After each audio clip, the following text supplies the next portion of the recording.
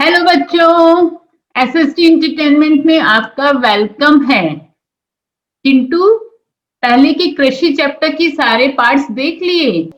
हाँ मैम, मैं सब कुछ अच्छे से देख लिया और बहुत ही अच्छा लगा। हाँ तो बेटा, आज हम कृषि का जो पाठ लेके आए हैं उसके साथ ये चैप्टर फिनिश हो जाएगा और हम लास्ट में आपको क्वेश्चंस जो पूरे कृषि चैप्टर से आ सकते हैं वो बताएंगे। और उसमें आपको क्या होगा कि जब सारे क्वेश्चंस आप कर लेंगे तो ये चैप्टर आपका बहुत अच्छी तरह से हो जाएगा।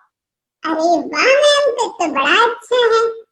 हाँ हाँ, तो चिंटू, जैसा मैंने आपको बताया था कि जो भारत में कृषि है वो हजारों वर्षों से हो रही है और बहुत सारी जनसंख्या, करीब 60% जो जनसंख्या है वो कृषि कार्यों में लगी हुई है।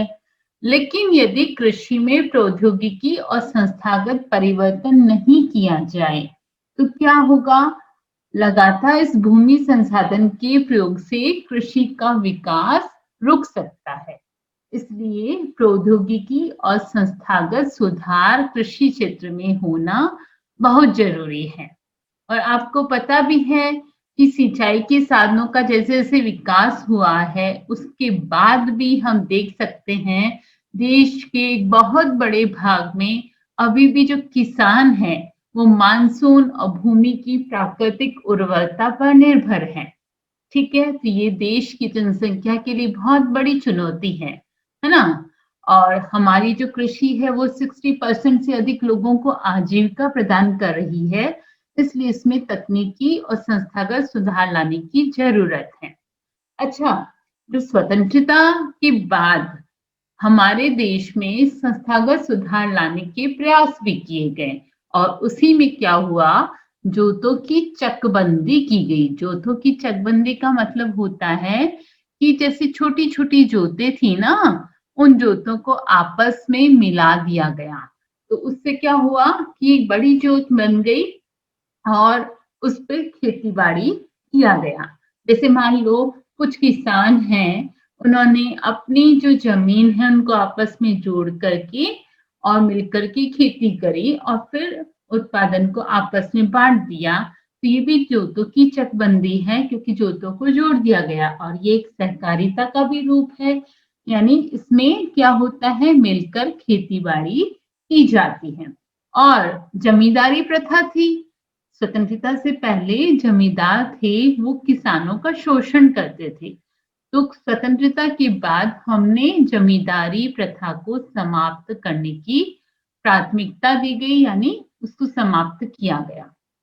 ठीक है, और इसके साथ साथ भूमि सुधार हेतु कानूनों का भी निर्माण किया गया। हरित क्रांति और श्वेत क्रांति। हरित क्रांति किस क्षेत्र में हुई थी?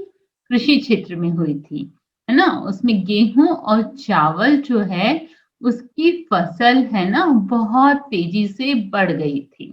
और जो श्वेत क्रांति है वो श्वेत क्रांति हुई थी आपके पशुपालन क्षेत्र में, यानी कि दूध के क्षेत्र में दूध का उत्पादन बढ़ाने का प्रयास किया गया था। तो कृषि और पशुपालन दोनों ही कृषि सुधार से जुड़ी हुई रणनीतियां हैं जिनको स्वतंत्रता के बाद अपनाया गया था। 1980 तथा 1990 के दशकों में व्यापक भूमि विकास कार्यक्रम भी शुरू किया गया। संस्थागत और तकनीकी सुधारों पे ही ये भूमि विकास कार्यक्रम आधारित था, जिसमें क्या किया गया, फसलों की बीमा का प्रावधान किया गया।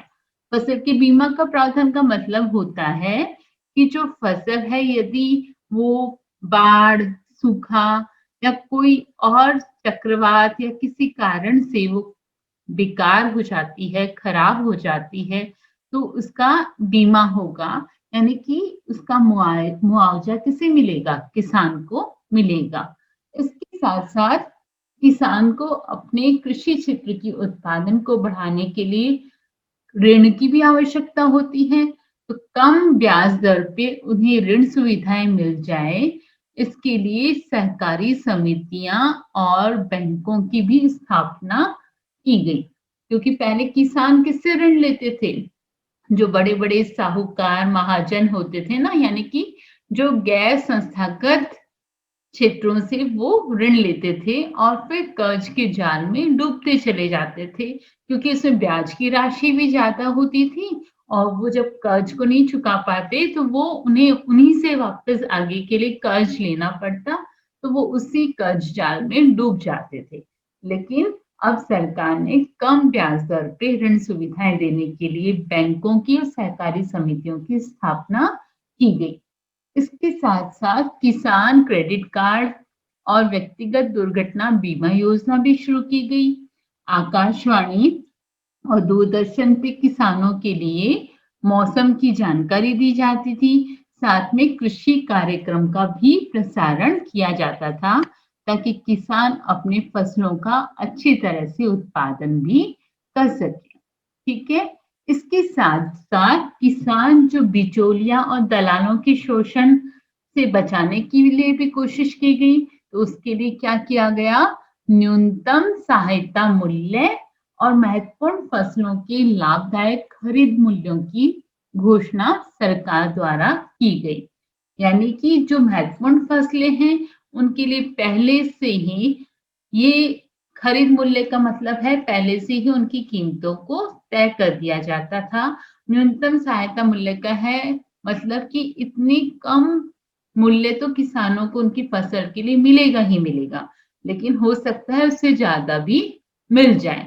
यानी किसानों को एक चीज के लिए पहले से ये विश्वास रहता है कि उन्हें उनकी फसल के लिए इतना न्यूनतम मूल्य तो मिलेगा।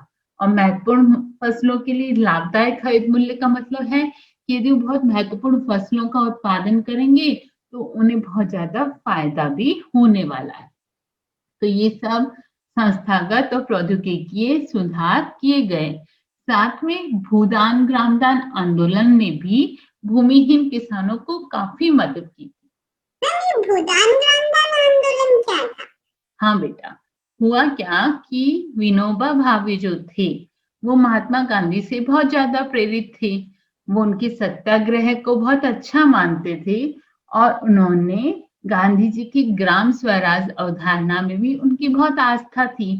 तो उन्होंने क्या किया, संदेश को लोगों तक पहुंचाने के लिए पूरे देश की पैदल यात्रा करी। ठीक है।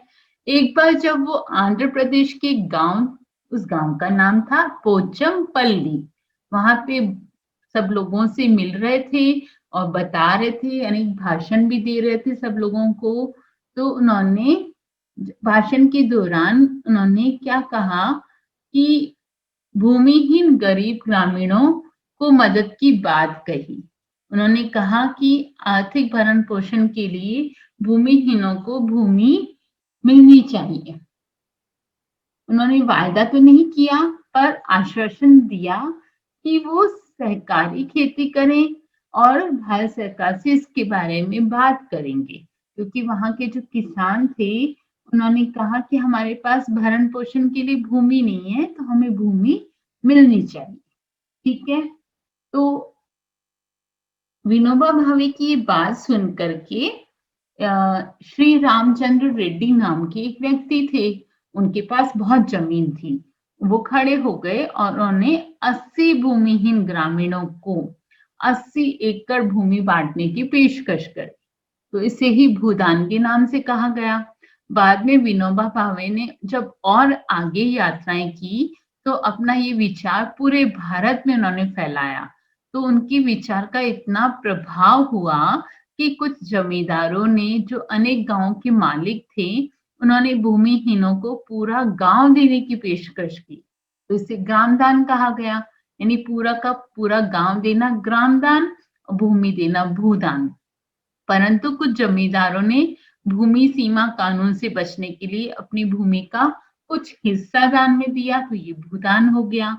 तो विनोबा भावे द्वारा शुरू की गई ये जो भूदान ग्रामदान आंदोलन था, ये एक रक्तहीन क्रांति के नाम से जाना गया था। और इसका बहुत फर्क पड़ा, क्योंकि जो बेचारे किसान जिनके पास भूमि नहीं थी उन्हें भूमि प्राप्त हो गई थी, जिससे वो अपनी खेती भी करने लगे। मैम ये तो बहुत अच्छा था। कितना अच्छा हुआ जिन लोगों ने अपनी, जिनके पास ज्यादा जमीन थी, उन्होंने दूसरे जरूरतमंदों को दान में दी। हाँ बेटा, इसीलिए तो इसी रक्तहीन क्रांति कहा गया। ठीक है, अब नेक्स्ट हमारा जो टॉपिक है वो है कृषि की राष्ट्रीय अर्थव्यवस्था, रोजगार व उत्पादन में क्या योगदान है। तो देखो, सकल घरेलू उत्पाद का हम देखें तो सकल घरेलू उत्पाद में कृषि के योगदान में कमी आई है। ठीक है, जैसे ये आपके सामने एक टेबल है, उसमें आप देखेंगे कि जो ये भारत में सकल घरेलू उत्पाद ही दे रखा है प्रतिशत में, तो आप ये देखेंगे कि सकल घरेलू उत्पाद तो बढ़ा है। 2013-14 में 6.6% था, 14-15 में 7.2, 15-16 में 7.6% हो गया। लेकिन यदि हम कृषि क्षेत्र का योगदान देखें तो ये कृषि क्षेत्र का योगदान इन वर्षों में धीरे धीरे गिरा है। ठीक है, हालांकि आजीविका और रोजगार में कृषि का योगदान बहुत रहा है। कृषि में विकास की दर भी कम हो रही है। क्यों हो रही है? क्योंकि भारतीय जो किसान है वो अंतर्राष्ट्रीय प्रतिस्पर्धा से एक बड़ी चुनौती का सामना कर पा रहे हैं। वो दूसरे देशों के किसानों के सामने टिक नहीं पा रहे हैं। उनके जो किसान हैं उनको बहुत सी समस्याओं का भी सामना करना पड़ रहा है, क्योंकि जो वो रासायनिक उर्वरकों का प्रयोग कर रहे हैं ना, तो उनको इतनी सब्सिडी नहीं मिल रही, सहायता नहीं मिल रही, जिससे क्या हो रहा है, उनकी उत्पादन लागत भी बढ़ रही है। और साथ में कृषि उत्पादों पर आयात कर भी घटाया गया है, जिससे क्या हो रहा है, कृषि पे हानिकारक प्रभाव भी पड़ा है। और कृषि में रोजगार में भी पहले की तुलना में कमी आई है। तो बेटा ऐसे आपके दिमाग में आएगा कि ये जो कृषि में उत्पादन है वो गिर रहा है, तो उसके पीछे क्या कारण हो सकते हैं। तो उसके पीछे एक तो भारत की जनसंख्या है, क्योंकि भारत की जनसंख्या लगातार बढ़ रही है और जिसके कारण जो कृषि का आकार है वो छोटा होता जा रहा है। ठीक है, और गैर कृषि उपयोग भी बढ़ रहा है, जिसके कारण जो बोया गया क्षेत्र है उसमें कमी आ गई है। दूसरी बात, रासायनिक उर्वरकों का इस्तेमाल हो रहा है, कीटनाशकों का उपयोग हो रहा है। इनके कारण क्या हो रहा है, जमीन की जो उपजाऊ क्षमता है उसमें भी कमी आई है। और इसके साथ साथ आप देखेंगे कि असक्षम और अनुचित जल प्रबंधन ने जल आक्रांता की समस्या खड़ी करी है। और लवणता यानी जो खार, पानी में खार होता है, उसकी वजह से जमीन भी जो है लवणीय होती जा रही है, तो वो कृषि उत्पादन के लिए उपयुक्त नहीं होती है। और इसके साथ साथ भूमि के जो जल का बहुत ज्यादा उपयोग हो रहा है, जिसकी वजह से जल स्तर भी नीचे गिर गया है। और इससे भी कृषि लागत में वृद्धि आती है। न प्रॉपर बाजार है, न भंडार की क्षमता है। तो इसके कारण क्या हो रहा है, आपका जो कृषि उत्पाद है वो निरंतर गिर रहा है, उसमें कमी आ रही है। ठीक है, ये सब कारण है आपके सकल घरेलू उत्पाद में कृषि के योगदान में कमी आने के। ठीक है, तो आप ये देखेंगे इस तालिका से आपको ये चीज अच्छे से क्लियर हो रही है कि आप देखेंगे उद्योग और सेवाएं, इनका योगदान बढ़ रहा है, लेकिन कृषि के योगदान में कमी आई है। ठीक है, नेक्स्ट टॉपिक जो आपका है उसमें हम ये देखेंगे कि वैश्वीकरण का कृषि पर क्या प्रभाव पड़ा है। देखो बेटा, वैश्वीकरण कोई नई घटना नहीं है। हम औपनिवेशिक काल से इस चीज को महसूस कर रहे हैं, क्योंकि हमारे जब उपनिवेशिक काल था, यानी अंग्रेजों ने जब भारत को अपने कब्जे में ले रखा था, उस समय भारतीय किसानों को उन फसलों को उगाने के लिए बाध्य किया जा रहा था या प्रोत्साहित किया जा रहा था जिनकी दूसरे देशों में मांग थी, जैसे कि मसाले, कपास, नील आदि। ठीक है, आप देखेंगे कि जो दक्षिण भारत के किसान थे वहां उनको गरम मसाले, जो काली मिर्च है, उन सब का उगाने के लिए बहुत ज्यादा प्रोत्साहित किया गया था।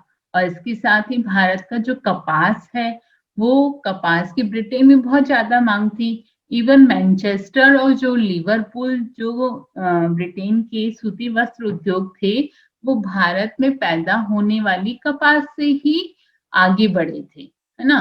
तो इस कारण से कपास का भी उत्पादन के लिए किसानों को बाध्य किया गया। किसानों को मतलब खाद्यान्न के बजाय मसाले, कपास और नील का उत्पादन, नील की खेती करने के लिए आपको ध्यान होगा कि बिहार में चंपारण आंदोलन हुआ था, क्योंकि जो नील है वो एक बहुत ही नाजुक पौधा होता था और उससे बहुत मुश्किल से खेती होती थी, और किसानों को कहा था कि वो अनाज नहीं उगाएंगे बल्कि नील का पैदावार करेंगे। तो ये सब चीजों के लिए उनको बाध्य किया गया था। तो ये उस समय भी वैश्वीकरण का प्रभाव था। और आज हम 1990 के बाद देखें तो वैश्वीकरण के कारण ही भारतीय किसानों को कई चुनौतियों का सामना करना पड़ रहा है। हालांकि चावल, कपास, रबड़, कॉफी, चाय, इन सब का उत्पादन भारत में काफी है, लेकिन जो भारतीय कृषि है विश्व के विकसित देशों से स्पर्धा करने में असमर्थ है। क्यों? क्योंकि उन देशों में कृषि को अत्यधिक सहायकी यानी कि सब्सिडी दी जाती है। ठीक है, तो अब ये आपके सामने दिमाग में आएगा, फिर इसके लिए उपाय क्या है? उपाय यही है कि सीमांत जो छोटे किसान हैं उनकी स्थिति को सुधारना होगा। ठीक है, और हमने हरित क्रांति का देखा था, काफी फायदा हुआ था, लेकिन हरित क्रांति के कारण जिन रसायनों का उपयोग हुआ था उससे क्या हुआ, भूमि का निम्नीकरण हुआ था। तो अब जीन क्रांति को सफल बनाने की बात हो रही है। जीन क्रांति का मतलब ऐसे बीजों का इस्तेमाल जो संकर किस्म की हो और जो काफी शक्तिशाली हो और वो उपज को बहुत तेजी से बढ़ा दे। तो इन बीजों का इस्तेमाल की बात, इन बीजों को बढ़ाने की बात होने लगी है। और साथ में अब ऑर्गेनिक कृषि यानी कि कार्बनिक कृषि का भी विस्तार करना होगा, जिसमें क्या होगा, उर्वरक और कीटनाशक इन सब का इस्तेमाल नहीं किया जाएगा। ठीक है, तो ये सब यदि उपाय करेंगे तो कृषि क्षेत्र में काफी सुधार हो सकता है। अब लोगों को ये भी समझना पड़ेगा कि जो किसान हैं उनको शस्यावर्तन करना चाहिए। शस्यावर्तन का मतलब क्या है कि खाद्य फसलों की बजाय यदि किसान कीमती फसलों का भी उत्पादन करेंगे ना, तो उससे क्या होगा, आमदनी अधिक होगी और इसके साथ पर्यावरण का निम्नीकरण भी कम होगा। क्योंकि जो दूसरे ये पौधे हैं, चाहे हम औषधीय पौधे ले लें या फूल और सब्जियों के पौधे ले लें, इनको चावल और गन्ने की तुलना में कम सिंचाई की जरूरत पड़ती है। तो इनका उपयोग करके ज्यादा वो लाभ प्राप्त कर सकते हैं और कम लागत में उत्पादन कर सकते हैं। यानी कि किसानों को शस्यावर्तन करना चाहिए। तो आप यदि देखें कि कुछ देश ऐसे हैं जैसे कि चिली, इजराइल, इटली, इनकी अर्थव्यवस्था को हम ध्यान से देखें तो इन्होंने क्या किया है, वो कृषि उत्पाद को तो निर्यात करते हैं, जैसे कि फल, शराब, जैतून, इनकी बीजों का वो निर्यात करते हैं और खाद्य पदार्थ का आयात करते हैं।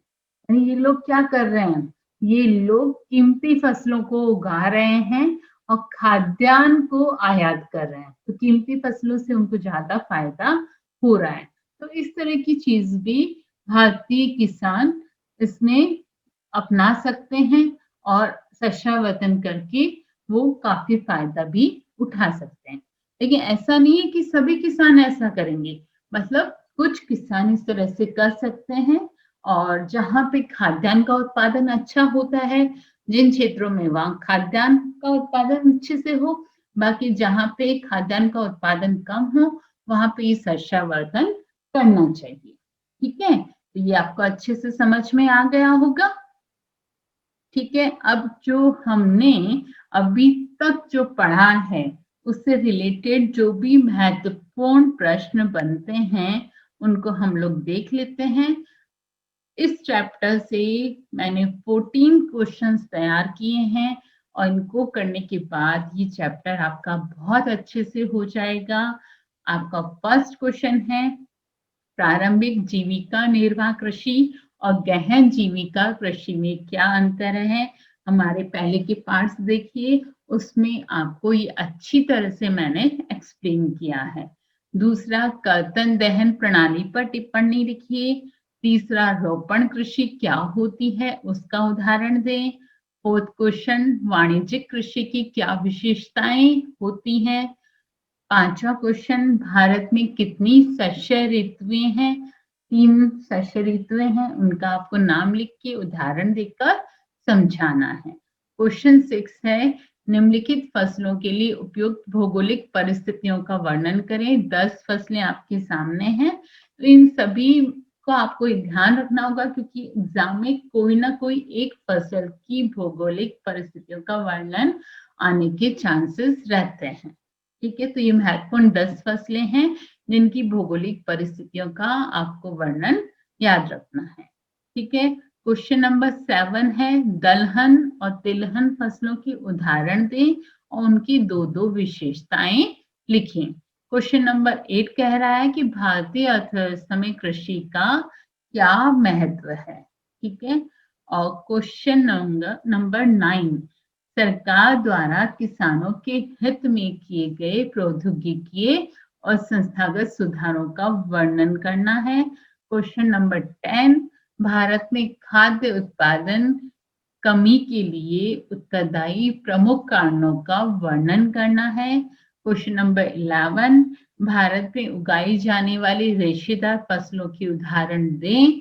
इनमें कौन सा रेशा सीधे फसल उगाने से प्राप्त नहीं होता, मतलब जिसको हम डायरेक्ट फसल उगा के नहीं प्राप्त कर सकते, तो कौन सा हो सकता है चिंटू?